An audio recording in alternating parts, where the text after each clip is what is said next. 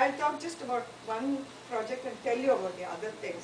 One is what we call as a Ek Moka model. That is employability training program.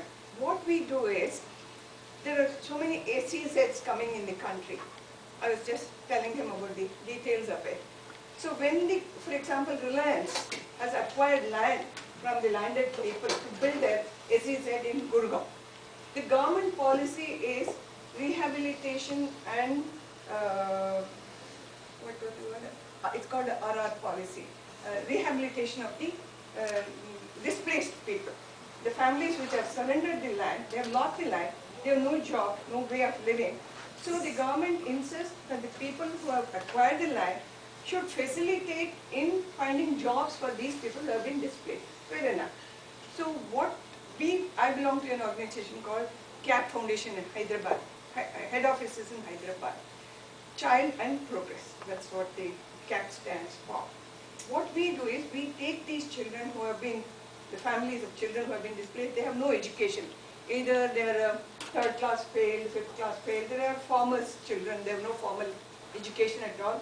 Plus, we also take street children who are roaming around, juvenile delinquents, or rag pickers children, very, very, very poor children we take, and give them, put them in a bridge school, give them some basic education. Along with that, we give them employability training. What we do is we tie up with corporates, say Microsoft or Tata or Maruti or any about 20 different formal sector organizations we take and ask them what sort of skill set do you want in your workers. And they tell us this is the type of skill set we need for them to be employable in our organization. And we consult them and design a curriculum with their help, what sort of skills they need. And we take these children and give them a 3 months or 6 months training and then say, okay, so many people have been trained and you wanted 30 people, here are the 30 people, and they employ those 30 people and they give us the training cost for having trained and given them a trained manpower. We don't give only occasional skills, we also give them what is called as a life skills, which is a speciality of our organization. How to conduct oneself in an organized sector, how to communicate, we give them communication English, or work values, going on time, dressing properly, talking properly. That's a major component we give, not just give them occasional skills and say go and work. And people are very happy with the products that we play. These are the products. We have played them in this thing. Our placement record is about 90%.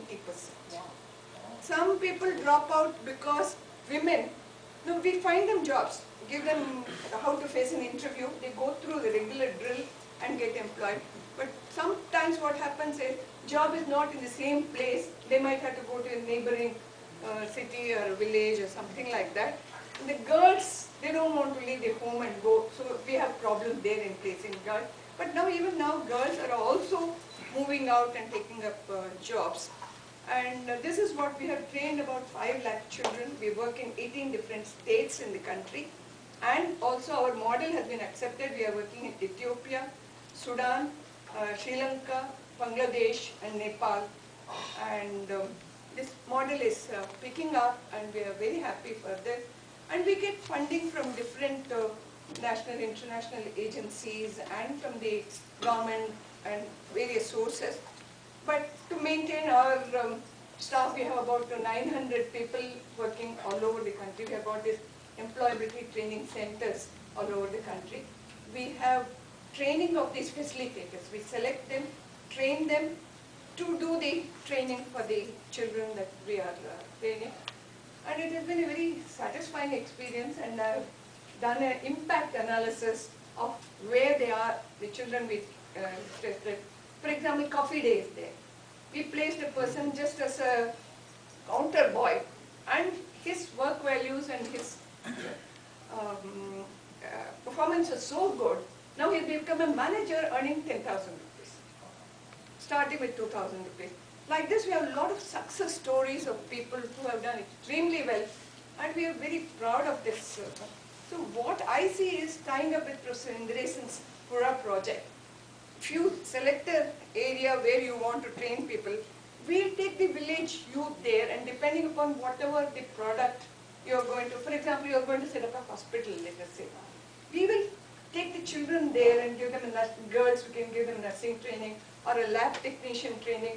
Now actually we have started a course as a physician assistant course, which is now being recognized by the Indira Gandhi National Open University. So they can get a degree also along with their training and placement. So this is where I see a tie-up between what he is talking about, cluster villages we take. Suppose there are in that village some 100 youth who would otherwise have migrated to the city. And if you're starting a hospital or a school or some small industry or something like that, find out what skill set they need. And this employability training can be given to these people. So they don't have to leave the village and go, and they'll remain, because I've done a lot of studies, and then the parents sell their land, educate the children, send them to the cities, and the children don't want to come back to the city because they're educated and they're said, now they want to wear a watch, they want to wear a pant and shirt, they don't want to come and work in the land. So we old people are left here, the children have all gone to the city. This is what is happening. Sure. So can we tie up this providing urban amenities in rural areas and train the local youth, find them jobs and employment, so that we match the various things. No, what is happening is we are not doing an integrated development. Somebody is doing this, somebody is doing that, somebody is doing that. And one place, it's the Tamil saying that, Nooru Pusinka Sanchu Nooru Paper. You know, you take one pumpkin, cut it into 100 pieces, give each one piece, you're not satisfied. So you cut another pumpkin, give it to 100 people. Nobody is satisfied. If the 100 pumpkins have eaten, nobody is satisfied.